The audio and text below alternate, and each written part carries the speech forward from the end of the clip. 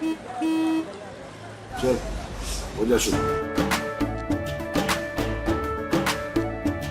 केसरिया से मन जोगी हुआ रे, दिल झूमे देखो पतवारा हुआ रे, दिल झूमे देखो पतवारा हुआ रे।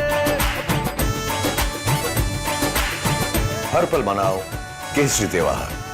विमल, बोलो जुबान केसरी। तारकेश्वर महादेव की, तारकेश्वर महादेव की। तारक बम, तारक बम, तारक बम। आरामबाग बसी, आरामबाग बसी देर के আমার নমস্কার জানাই।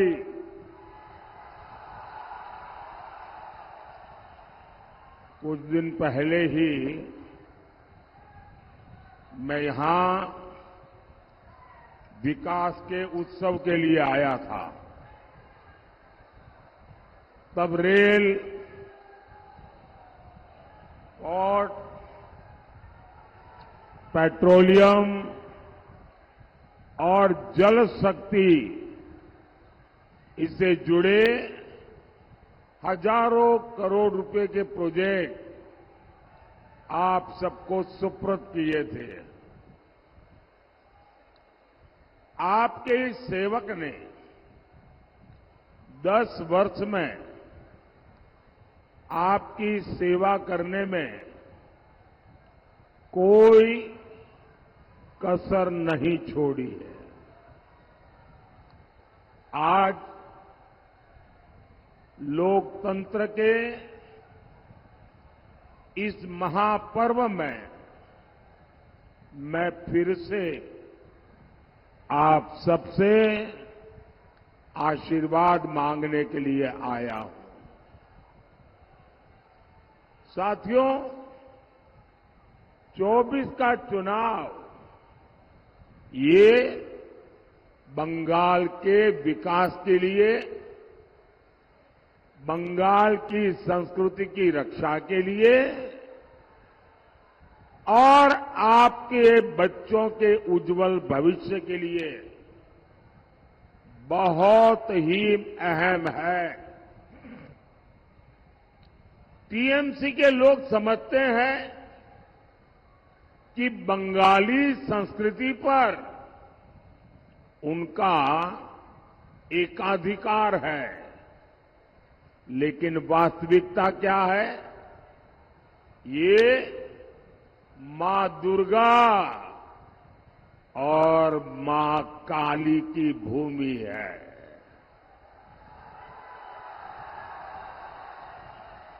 लेकिन यहां लोगों की आस्था पर पहरा लगाया जाता है। यहां राम मंदिर का नाम लेना अपराध हो गया है। हुआ है कि नहीं हुआ है? बोले जय श्री राम।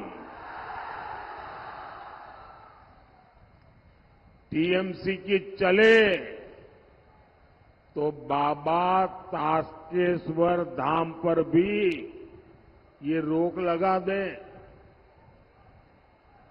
ये धरती गुरुदेव टैगोर, काजी नजरुल इस्लाम और सत्यजीत रे की धरती है। लेकिन यहां टीएमसी के राज में अभिव्यक्ति की आजादी नहीं है। यहां ऑपोजिशन को, विपक्ष को, जागरूक नागरिकों को, स्वतंत्र आवाज को दबाया जा रहा है। इतना ही नहीं, हालत तो ये है कि कोई हंसी मजाक करे, कोई हंसी मजाक का पोस्ट कर दे सोशल मीडिया में, कोई कार्टून शेयर कर दे, तो उसको भी धमकाया जाता है, उसका जीना मुश्किल कर दिया जाता है। अरे बंगाल के मेरे भाइयों बहनों, ये स्वामी विवेकानंद और सुभाष बाबू की भूमि है। लेकिन टीएमसी सरकार देश के प्रति उनके विचारों की धज्जियां उड़ा रही है। बंगाल की पहचान राजा राम मोहन रॉय से होती है। ये टीएमसी वालों का चले ना, तो राजा राम मोहन रॉय का जो नाम है उसमें से राम भी निकाल दें, ये ऐसे लोग हैं। लेकिन यहां महिलाओं की स्थिति लगातार खराब हो रही है। जिस भूमि पर ईश्वर चंद्र विद्यासागर जैसे महापुरुष, महान व्यक्तित्व रहे हो, वहां की शिक्षा व्यवस्था आज खस्ता हाल है। भर्तियों में घोटाले होते हैं। ये धरती डॉक्टर बीसी रॉय की धरती है, लेकिन स्वास्थ्य सेवाएं,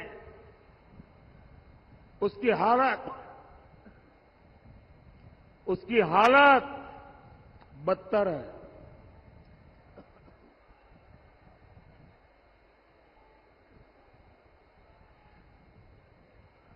इसी पावन भूमि ने डॉक्टर श्यामा प्रसाद मुखर्जी जैसे महान सपूत दिए हैं। लेकिन वोट बैंक की पॉलिटिक्स के आगे उनके ये महान विचारों की अनदेखी की जा रही है। टीएमसी के व्यवहार में, टीएमसी के काम में बंगाल की संस्कृति की एक झलक भी नजर नहीं आती है। भाइयों और बहनों, वोट बैंक को खुश करने के लिए ये किसी भी हद तक जा सकते हैं। टीएमसी तो घोर एंटी एसटी है, घोर महिला विरोधी है। ये अपने एससी एसटी नेताओं के साथ तक बहुत बुरा व्यवहार करती है। बागदी और बाउरी समाज के लिए ये कैसी कैसी बातें करती है, ये आपने देखा है। टीएमसी की मूल पार्टी कांग्रेस ने धर्म के आधार पर देश के टुकड़े किए, लेकिन जो मतवा शरणार्थी वहां से प्रताड़ित होकर आए हैं, उनको इन्होंने बुला दिया। जब मोदी सरकार सीएए जैसा बहुत ही महत्वपूर्ण कानून लेकर आई, नागरिकता देने वाला कानून लेकर आई, नागरिकता देने की गारंटी लेकर आई, ये लोग डराने धमकाने में जुटे हैं, अफवाहें फैलाने में जुटे हैं, झूठ बोलते जा रहे हैं। मैं सभी शरणार्थी साथियों से कहूंगा कि सीएए ये संविधान की गारंटी है, ये मोदी की गारंटी है।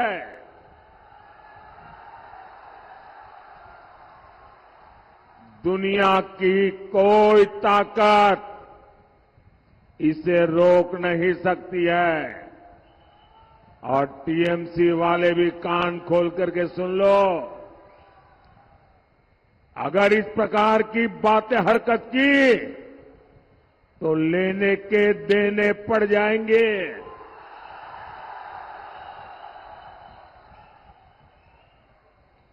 साथियों, तुष्टीकरण में डूबा कांग्रेस, टीएमसी, लेप, ये सब चट्टे बट्टे अब एक और साजिश रच रहा है। अब ये लोग एससी, एसटी, ओबीसी का आरक्षण छीनकर धर्म के आधार पर बांटना चाहते हैं। इनकी सारी पोल पट्टी चारा घोटाले के दोषी नेता ने खोल दी है। ये चारा घोटाले जो जेल में पड़े थे, अभी तबीयत के कारण जेल से बाहर आए हैं, वो कहते हैं कि एससी, एसटी, ओबीसी संविधान ने जो आरक्षण दिया है ना, वो पूरा का पूरा आरक्षण मुसलमानों को दे देंगे। कांग्रेस ने अपने घोषणा पत्र में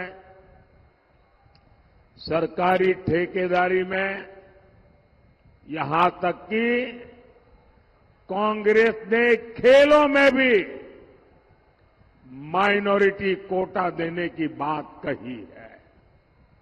लेकिन आप आश्वस्त रहिए, वंचितों का जो अधिकार है, वंचितों का जो अधिकार है, मोदी उसका चौकीदार है। केंद्र सरकार अगर आपके हित में जो योजना बनाती है, उसे भी ये टीएमसी सरकार रोक देती है। मोदी एक बहुत बड़ा अभियान चलाता है, एस्पिरेशनल डिस्ट्रिक्ट प्रोग्राम। देश के इन जिलों में बड़ी संख्या में एससी, एसटी समाज के लोग रहते हैं। इंडी गठबंधन की सरकारों ने इन्हीं जिलों को सबसे पिछड़ा बनाकर छोड़ दिया था। मोदी ने कहा ऐसा नहीं चलेगा।